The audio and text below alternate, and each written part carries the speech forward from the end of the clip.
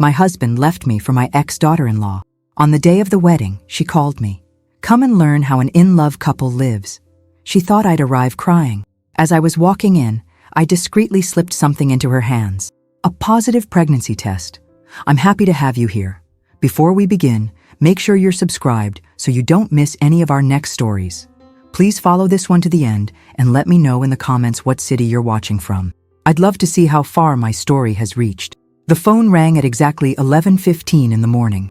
I was watering my geraniums on the small balcony of my apartment when I heard that melody that had accompanied me for 40 years of marriage. The same ringtone that Stephen had chosen because he said it reminded him of his mother, Helen. Jennifer's voice sounded sweet, too sweet, like poisoned honey. It's Jennifer. My throat went dry.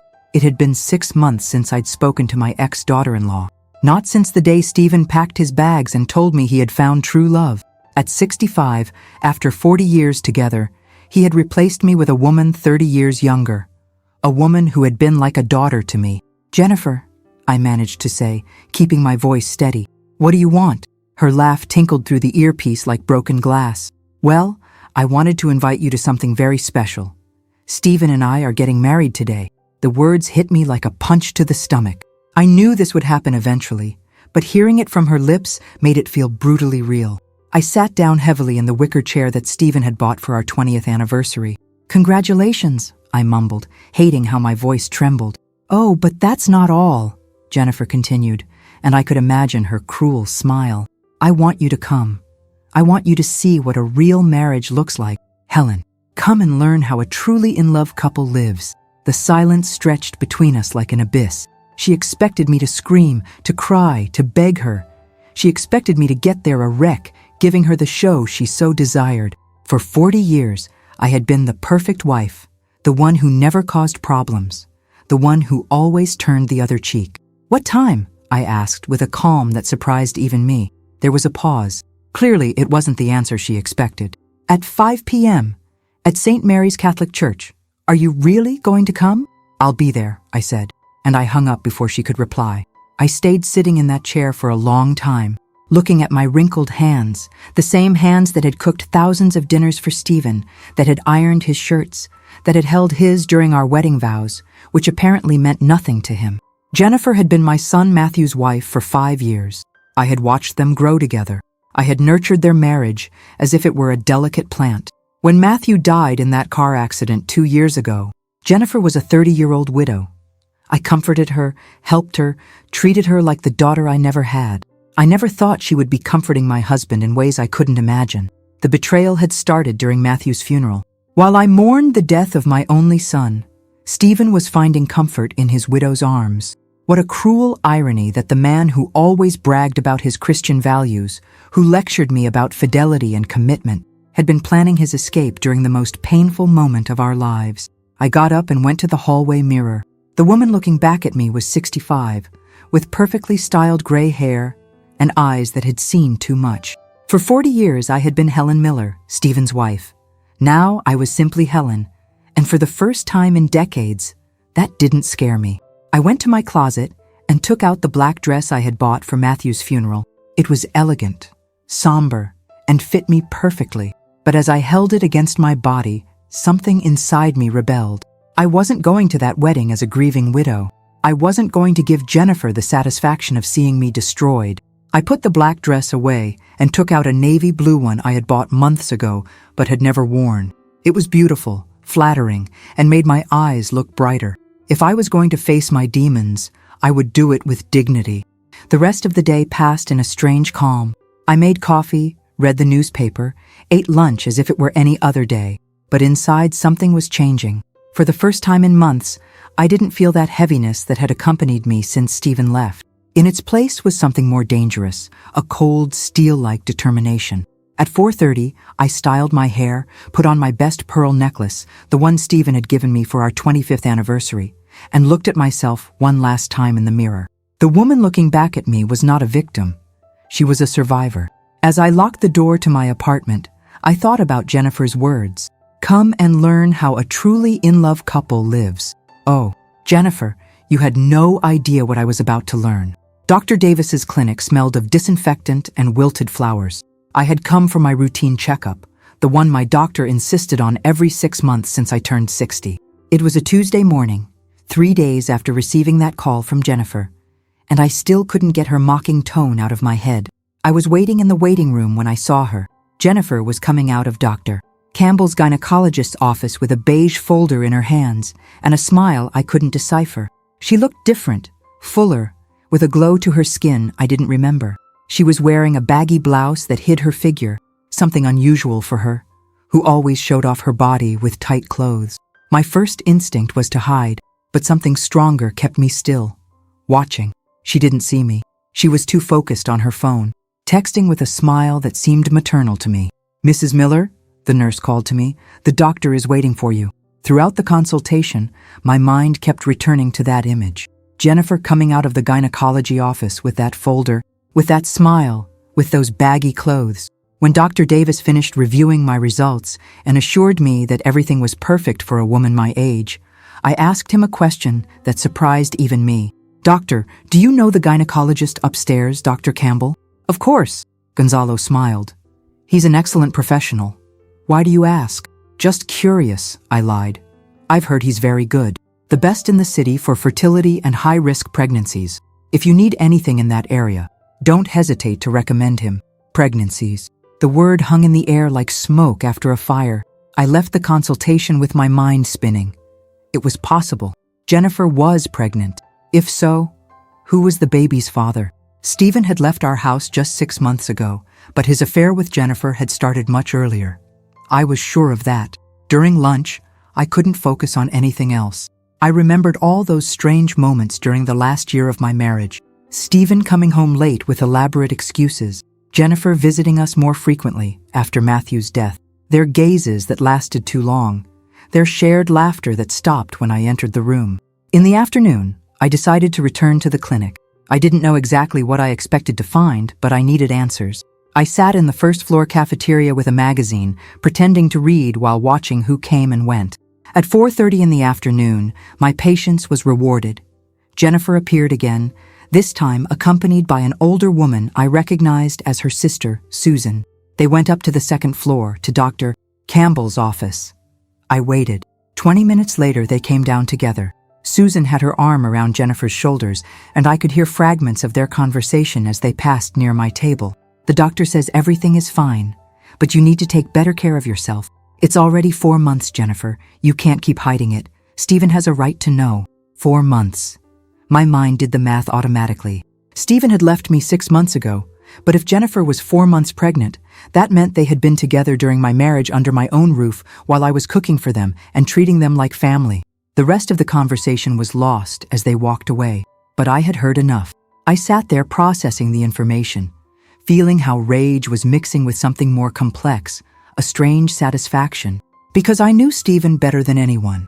I knew his religious principles, his obsession with purity, his constant preaching about waiting until marriage. For 40 years, I had listened to his sermons about chastity, about how real men save themselves for their wives. It was something he was proud of, something that made him feel superior to other men. If Jennifer was 4 months pregnant and they had just gotten married, there were 2 possibilities. Either Stephen had broken all his sacred principles, or the baby was not his. Knowing Stephen, the second option seemed more likely to me. That night I called Susan. We had been friends during the years Jennifer was married to Matthew, and I knew I could trust her discretion. "Susan, it's Helen. I need to ask you a question, and I hope you can be honest with me." There was a long pause. "Helen, I don't know if I should. Please, I just need to know the truth." Another silence. Then a deep sigh. "She's pregnant, Helen. 4 months. And Stephen knows?" "She says so, but—" Susan hesitated. "I'm not sure he knows the baby was conceived before you two divorced." There was the confirmation I needed. "Thanks for being honest with me, Helen." I tried to talk to her. I told her what she did wasn't right, but she insists that Stephen and you were already emotionally separated. "You don't have to explain anything." "Susan, I understand perfectly who your sister is." I hung up the phone and poured myself a glass of wine. It was the wine Stephen and I had saved to celebrate our 40th anniversary, a bottle that no longer made sense to keep. As I savored the wine, I thought about Jennifer's call, about her cruel invitation to the wedding. She wanted me to go and learn how a truly in-love couple lives. She wanted to see me suffer, see me small and defeated, but she didn't know that I had just discovered her biggest secret, a secret that could change everything. The next few days passed in a strange fog. In the mornings, I would wake up with that feeling of having dreamed something important that I couldn't remember until reality hit me. Stephen had married Jennifer. She was pregnant, and I had information that could destroy their perfect fantasy. But it wasn't enough just to know it. I needed a plan. On Thursday morning, as I was having my usual coffee in the kitchen, I had shared with Stephen for 40 years before moving into this small apartment. I remembered something that made me smile for the first time in weeks. Stephen and his endless sermons on purity. Throughout all our years of marriage, he had bragged about staying a virgin until our wedding night. It was his greatest pride, something he mentioned in every conversation about morals and values. A real man saves himself for his wife, he would always say, especially when he was talking to Matthew about the temptations of youth. Even after 40 years of marriage, Stephen maintained that moral rigidity that made him feel superior. He didn't drink alcohol on Sundays because it was the Lord's Day. He didn't watch movies with sexual content and always criticized younger men for their lack of self-control. If Jennifer was 4 months pregnant and they had had a relationship before the wedding, that meant Stephen had broken all his sacred principles. But knowing my ex-husband, I was almost certain he didn't know. Jennifer was smart enough to have lied to him about the dates. I decided to do a little research. That afternoon, I went to the public library and used one of their computers. I wasn't very good with technology, but Matthew had taught me the basics before he died. I looked for information about pregnancies, about how to calculate conception dates, about symptoms and stages. 4 months meant that Jennifer had conceived exactly when Stephen was still living with me. I remembered those nights when he would come home late with excuses about work meetings or visiting Jennifer to comfort her in her grief. Now it all made sense, but there was something else that intrigued me. If Stephen had truly kept his chastity vows with Jennifer until marriage, as I was sure he believed, then for him, this pregnancy would be an impossible surprise, a miracle, or a betrayal. On Friday morning, I called my sister-in-law, Susan, Stephen's sister. We had always had a good relationship, and I knew she knew all the secrets of the Miller family. "Susan, it's Helen. Do you have a moment to talk?" "Oh, Helen." Her voice sounded tired. "How are you, dear? I heard about Stephen's marriage. I'm so ashamed of my brother. I need to ask you something about Stephen, about his religious beliefs. What do you want to know? Did he really keep his promise of chastity with Jennifer, or does he just say that?" Susan sighed deeply. "Helen, you know my brother. He lives by those rules. Even at 68, he still believes a man should come pure to marriage. He told me that with Jennifer it would be different, that this time he would do things right from the beginning." "Did he tell you that verbatim?" "Yes. He told me he wouldn't make the same mistakes of youth, that they would wait until they got married to, that he wanted to show God that he had learned from his past sins." My heart raced. It was exactly what I hoped to hear. "When did he tell you that?" "About 3 weeks ago, right before the wedding. He was so proud of himself, Helen. He said he had finally found the pure love that God wanted for him." I hung up the phone, feeling a mix of sadness and satisfaction. Sadness for the man who had been my husband for 4 decades, who apparently had no idea he was being deceived. Satisfaction because I finally had all the pieces of the puzzle. Jennifer had played Stephen perfectly. She had made him believe that she respected his religious principles, that she would wait until marriage while she was already pregnant with another man. But who was the real father? That afternoon, I decided to visit my old neighbor, Barbara, who lived in the same neighborhood where Stephen and I had had our house. Barbara was the type of woman who knew everything about everyone and always had a special eye for neighborhood gossip. "Helen!" Barbara greeted me with a tight hug. "How are you, dear? I've been so worried about you since Stephen—" "I'm fine, Barbara. In fact, better than ever." I lied, but not completely. There was something liberating about having a purpose, about knowing that I wasn't the only victim in this story. "Barbara, did you know anything about Stephen and Jennifer before he left me?" Barbara looked from side to side as if someone might be listening. Then she leaned in closer. "Oh, Helen, I didn't want to tell you anything because I wasn't sure, but yes, I saw them several times, but they weren't alone." "What do you mean?" "Jennifer would bring a young man to your house when Stephen was inside. At first I thought it was her brother or a friend, but the way they looked at each other, Barbara shook her head. And once I saw them kissing in the yard while Stephen was inside making coffee. My blood ran cold. What did this man look like? Tall, dark-haired, about 35 years old, very handsome. He rode a red motorcycle. How many times did you see them together? Many times, especially in the last few months before Stephen left. I thought you knew. And that's why I didn't say anything. I walked back to my apartment with my head spinning. Jennifer had not only seduced my husband, but she had been cheating on him with another man under my own roof. The baby she was carrying was probably from that stranger with the motorcycle, not Stephen. That night, I sat in my small living room with a notebook and began to write down everything I knew. Jennifer pregnant for 4 months. Stephen convinced they had waited until marriage. A secret lover that Barbara had seen. Susan, worried that Jennifer hadn't been honest about the dates. I had enough information to destroy Stephen's marriage. But was that what I really wanted, or did I want something more satisfying? I remembered Jennifer's words on the phone. Come and learn how a truly in-love couple lives. I smiled. Oh, Jennifer, I thought. You're going to be the one who learns something new very soon. The next day, I went to the pharmacy and bought a pregnancy test of the same brand I had seen in Jennifer's medical documents when she left the consultation. I also bought a large manila envelope and good quality bond paper. If Jennifer wanted me to go to her wedding to humiliate me, I would go, but not as the shattered ex-wife she expected. I would go as the bearer of a truth that would change everything. On Saturday morning, I woke up with a calm I hadn't felt in months. It was the day of Stephen and Jennifer's wedding, and for the first time since he left me, I didn't feel that heaviness in my chest that had accompanied me every morning. I took my time getting ready. I took a long bath with lavender salts. I had my hair styled at the beauty salon where I had been going for the last 20 years and did my makeup with more care than I had in years. I wasn't preparing for an execution. I was preparing for a rebirth. The navy blue dress fit me perfectly. It made me look elegant, serene, and completely in control. I put on the diamond earrings that Stephen had given me for our 30th anniversary.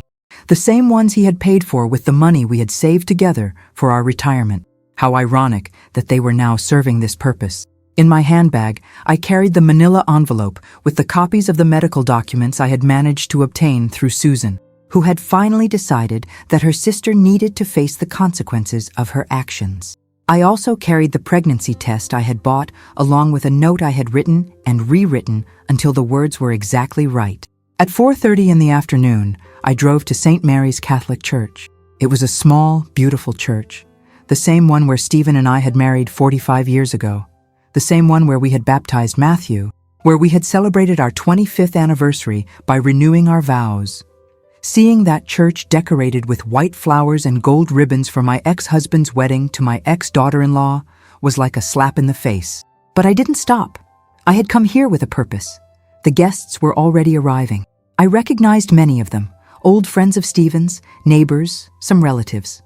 Several looked at me with surprise when they saw me. Others looked away uncomfortably. I could hear their whispers behind me, but I didn't care. I walked with my head held high until I found a seat in the back of the church. Susan, Stephen's sister, approached me with tear-filled eyes. "Helen, I can't believe you came. You're stronger than I could ever be." I smiled at her with genuine warmth. Sometimes strength comes from the most unexpected places. "Susan, are you sure you want to stay? This is going to be hard to watch. I'm exactly where I need to be." At 5 o'clock sharp, the music began. The guests stood as Jennifer walked down the central aisle in an immaculate white dress that must have cost more than $3,000. She looked radiant, beautiful, triumphant. Her empire-cut dress perfectly concealed her 4-month pregnancy. Behind her came Stephen, dressed in a black tuxedo that made him look distinguished despite being 68. His eyes shone with love and pride as he looked at his young bride. He had no idea what he was about to discover. The ceremony was both beautiful and painful. Hearing Stephen pronounce the same vows he had made to me decades ago, seeing the adoration in his eyes as he looked at Jennifer, was like witnessing the funeral of my own past life. But it also filled me with a cold determination. This man who had promised to love me until death did us part, who had sworn eternal fidelity before God, was now making the same empty promises to another woman, a woman who was cheating on him in the cruelest way possible. After the ceremony, Everyone went to the Grand Hyatt Ballroom reception hall. It was an elegant place, with crystal chandeliers and tables decorated with white orchids. Stephen had spent a fortune on this celebration, money that had probably come from the savings we had built together for 4 decades. I went directly to the table where the bride and groom were receiving congratulations. The line was long, which gave me time to observe. Stephen looked genuinely happy, like a man who had found a second chance at life. Jennifer glowed at his side, accepting hugs and kisses from the guests with the grace of a queen. When I finally reached the front of the line, silence spread like ripples in a pond. "Helen," Stephen stammered, clearly surprised to see me. "I didn't expect you to come. Jennifer personally invited me," I said with a serene smile. "She told me to come and learn how a truly in-love couple lives." Jennifer's eyes hardened, but she kept her perfect smile. "Of course you're welcome, Helen. After all, we're family." "Yes," I nodded. "We're family, and family should always be honest with each other." I approached her as if to give her a congratulatory hug. At that moment, I discreetly slipped the manila envelope into her hands, whispering very quietly so only she could hear. "Congratulations on your pregnancy, Jennifer. I'm sure Stephen is excited to know he's going to be a father again, especially considering how much he values honesty and moral principles." I watched as her face transformed from confusion to absolute horror when her fingers recognized what was in the envelope. Her eyes met mine, and in them, I saw something that deeply satisfied me. Pure fear. "What's that, my love?" Stephen asked, noticing the change in his new wife's expression. "Nothing important."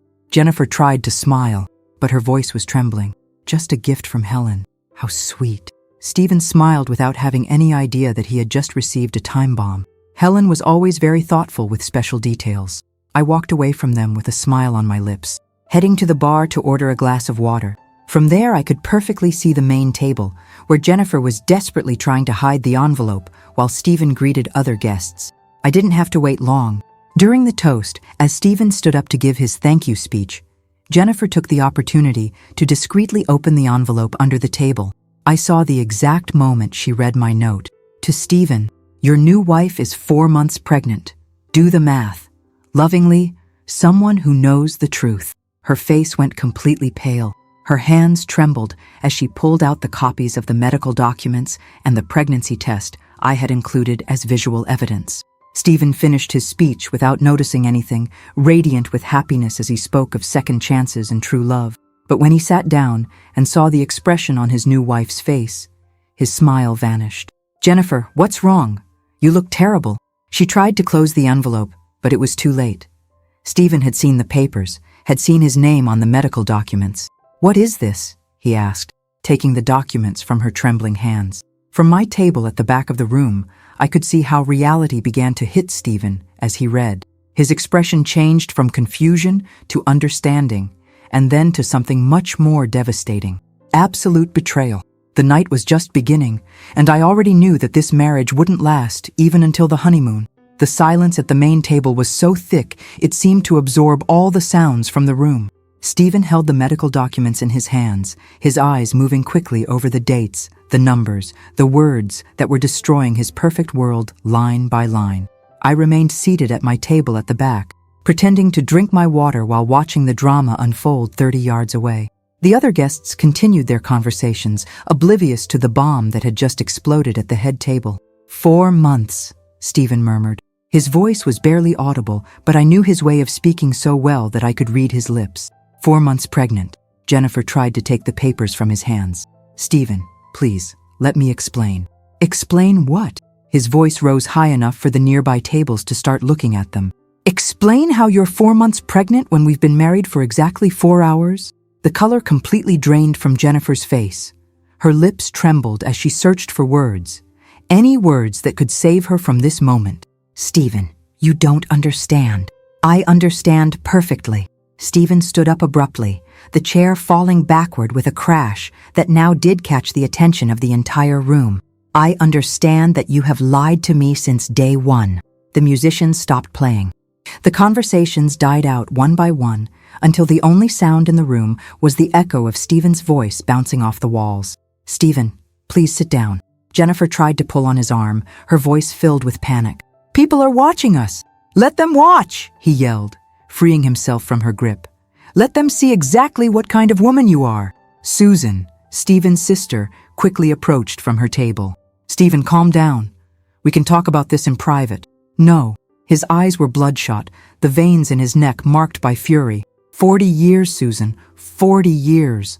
I preached about honesty, about values, about waiting until marriage, and this woman has turned me into a hypocrite." Jennifer also stood up, tears streaming down her cheeks, ruining her perfect makeup. "Stephen, please.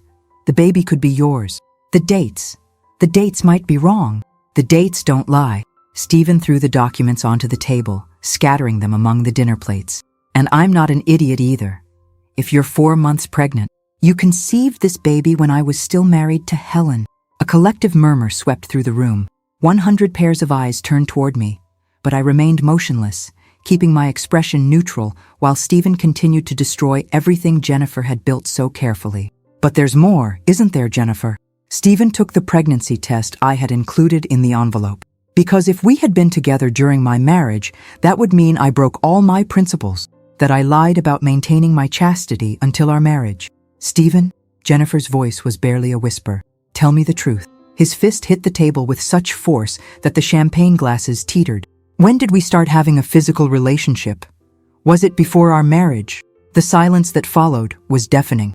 Jennifer looked desperately around the room, searching for a way out, an excuse, anything that could save her, but there was none. "Answer me," Stephen repeated, his voice now dangerously low. "Did we have a physical relationship before marriage?" "No," she whispered. You wanted to wait." The confession fell over the room like a concrete slab. Stephen staggered back as if he had received a physical blow. "So, the baby isn't mine?" It wasn't a question, it was a statement that resonated in every corner of the room. "It could be yours," Jennifer screamed desperately. "The dates, the doctors could be wrong." "Doctors aren't wrong by 4 months." Stephen approached her, his voice filled with a fury I had never seen in 40 years of marriage. "With whom? With whom did you cheat on me?" "Stephen, please. With whom?" The question roared throughout the room. Several guests stood up, some discreetly heading toward the exit, others taking out their phones to record what was turning into the scandal of the year. Jennifer collapsed into her chair, sobbing uncontrollably. It was just a physical thing. It didn't mean anything. I love you, Stephen. That's why I married you." "Who is he?" Stephen insisted. "Tell me his name." His name is Brandon Miller," she admitted through tears. He's a mechanic." Barbara, my old neighbor, approached my table at that moment. "Helen, you knew this?" I nodded slowly. "I knew Stephen needed to know the truth." "You were the one who gave him those documents?" "Jennifer personally invited me to this wedding," I said in a calm voice. "She told me to come and learn how a truly in-love couple lives. I'm just giving her what she asked for, a lesson about true love." Back at the main table, Stephen had taken off his wedding ring and thrown it onto the table. "This marriage is over," he announced. "It hasn't even lasted one night, but it's over." "Stephen, no." Jennifer clung to his arm. "We can get through this. We can raise the baby together. It can be our son. That baby belongs to another man." Stephen freed himself from her grip with such force that she almost fell. "And you have turned me into everything I always despised. A fool, a hypocrite, a man who abandons his faithful wife for an affair." His eyes scanned the room until they found me. For a moment, our gazes met through the chaos, and I saw something in his eyes that I hadn't seen in years. "Regret. Helen was right about you," he said, his voice now directed at everyone present. "My wife of 40 years was right, and I was too foolish and vain to listen to her." He headed toward the exit, but before reaching the door, he turned one last time. "The marriage is annulled," he shouted. "And Jennifer, you can keep everything I paid for this farce. The only thing I'm taking from here is the truth." The door closed behind him with a bang that echoed like a gunshot. Jennifer completely collapsed, sobbing as her beautiful wedding dress wrinkled around her. The guests began to leave the room in small groups, whispering among themselves, some comforting her with awkward pats on the shoulder. I remained seated until the room was almost empty. Then I stood up, smoothed my navy blue dress, and walked toward the exit with my dignity intact. Susan intercepted me in the hotel lobby. "Helen, I don't know what to say. You don't have to say anything, Susan. The truth spoke for itself. Stephen is heartbroken, completely broken. I nodded, feeling a pang of something that could have been compassion. Sometimes it's necessary to completely destroy something to be able to rebuild it correctly. Are you going to talk to him? I thought about it for a moment. No, not tonight. Tonight, he needs to process what he's lost. When he's ready for a real conversation, he'll know where to find me. I left the hotel under a starry sky, breathing in the cool night air. In my purse, I still had the keys to the apartment that had been my home for the last 6 months. The refuge I had built after Stephen abandoned me. For the first time in months, I wasn't in a hurry to get there. I decided to walk, enjoying the feeling of having finally closed a chapter that had been open for too long. 3 months had passed since the night of the marriage that lasted less than 4 hours. 3 months in which I had rebuilt my life in ways I never thought possible at 65. That Tuesday morning, I was in my small balcony garden pruning my geraniums when the doorbell rang. It was early, barely 8 a.m., and I wasn't expecting visitors. When I opened the door, Stephen was standing there with flowers in his hands and an expression I hadn't seen in years. Genuine humility. "Helen," he said. His voice was barely a whisper. "Can we talk?" I invited him in, but maintaining the emotional distance I had so carefully cultivated during these months. He looked older, more tired, as if the last 3 months had been years for him. "How have you been?" he asked, sitting on the edge of the sofa as if he were afraid of dirtying it. "Better than ever," I answered honestly, pouring myself a cup of coffee, but not offering him one. "And you, Stephen?" He ran his hands through his gray hair. "Destroyed. Completely destroyed, Helen. I haven't slept a single night since that night. What happened with Jennifer? She left the next day. She went back to the father of her son, Brandon Miller, the mechanic who rides the red motorcycle." I nodded. Barbara had been right about the mysterious man. "Stephen, if you came here looking for compassion—" "No," he interrupted me. "I came to ask for your forgiveness and to thank you." Those last words surprised me. "Thank you for saving me from making the biggest mistake of my life. If you hadn't revealed the truth that night, I would have raised another man's son thinking he was mine. I would have lived the rest of my life in a lie." He stood up and walked to the window, looking out at the small park visible from my apartment. "For 40 years I was a hypocrite, Helen. I preached about fidelity and values while judging other men for being weak.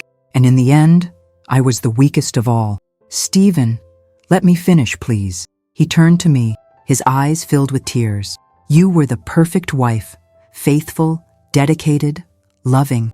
You never gave me a single reason to doubt you or to look for someone else. The problem was never you. The problem was always me." His words reached a part of me that had been closed for months, but not with the effect he probably expected. Instead of feeling triumph or satisfaction, I only felt peace. "What do you want from me, Stephen?" "I want you to forgive me, and if possible, I want to try to rebuild what I destroyed." I got up and went to the kitchen, needing a moment to process his words. When I returned, he was still standing by the window, waiting. "Stephen, do you know what was the most painful part of all this?" He shook his head. "It wasn't that you left me for another woman. It was that you made me feel like I was the problem, as if 40 years of marriage hadn't been enough, as if I wasn't enough. Helen, you were always more than enough. But for these 3 months," I continued, ignoring his interruption, "I've discovered something wonderful. I've discovered who I am without you, and I really like that woman." I sat down in my favorite chair, the one I had bought especially for this apartment. It was comfortable, the exact color I liked, and no one else had had an opinion on it. I joined a book club. I'm taking painting classes. I've made new friends, women who know me as Helen, not as Stephen's wife. For the first time in decades, my decisions are completely my own. Stephen sat down again, this time closer. "That doesn't mean we can't try again. We could be better this time. I could be the husband you deserved from the beginning. And why would you do that now? Because Jennifer left you? Because you're lonely?" "No," he said firmly. "Because I finally understand what I lost. It's not just that I want my wife back. I want my best friend back, the woman who knew me better than anyone, the person who was always on my side, even when I didn't deserve it." His words were beautiful, but they came too late. "Stephen, I appreciate that you came to apologize, and I genuinely forgive you, but I'm not coming back to you." Silence filled the room like water in a glass. Is it final?" "It's final. Is Is there someone else? I smiled, thinking of Paul, the 68-year-old widower I had met in the painting classes. A gentle man who brought me flowers from his home garden, who listened to my stories without judging, who made me feel interesting and desired without the burden of decades of complicated history. There's a possibility, I said simply. Stephen nodded, finally accepting reality. We'll be friends in time, maybe, but you need to accept that we're over. Not because I hate you, but because I found something better. I've found myself. He headed toward the door, but stopped with his hand on the knob. Helen, was what you did that night revenge? I thought about it carefully before answering. No, Stephen, it was justice. There's a very important difference between the two. What's the difference? Revenge seeks to cause harm for the sake of causing harm. Justice seeks to bring the truth to light. I didn't invent that truth about Jennifer. I just made sure you knew it. After he left, I remained seated in my living room, surrounded by the silence I had learned to love. It wasn't the empty silence of loneliness, but the silence filled with possibilities. That afternoon, I had a painting class.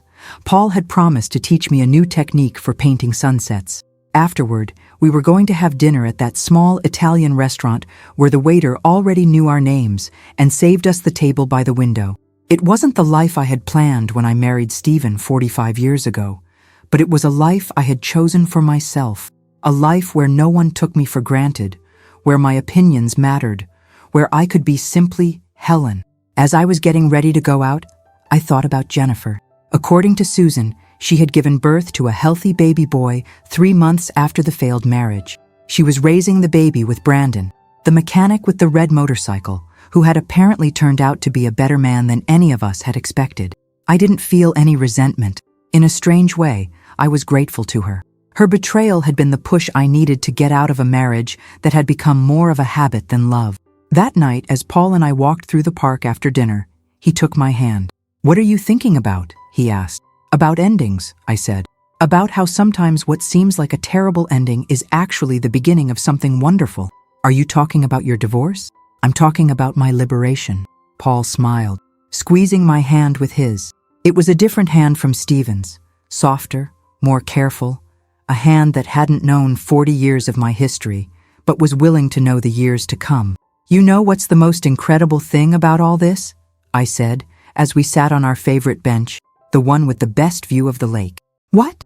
"That at 65, I finally learned that self-love is not selfishness. It's survival." That night, as I was getting ready for bed in my single bed, in my apartment, I had chosen myself. With my books and my plants and my decisions, I realized something that made me smile in the darkness. Jennifer had been right about one thing. I had gone to her wedding to learn how a truly in-love couple lives.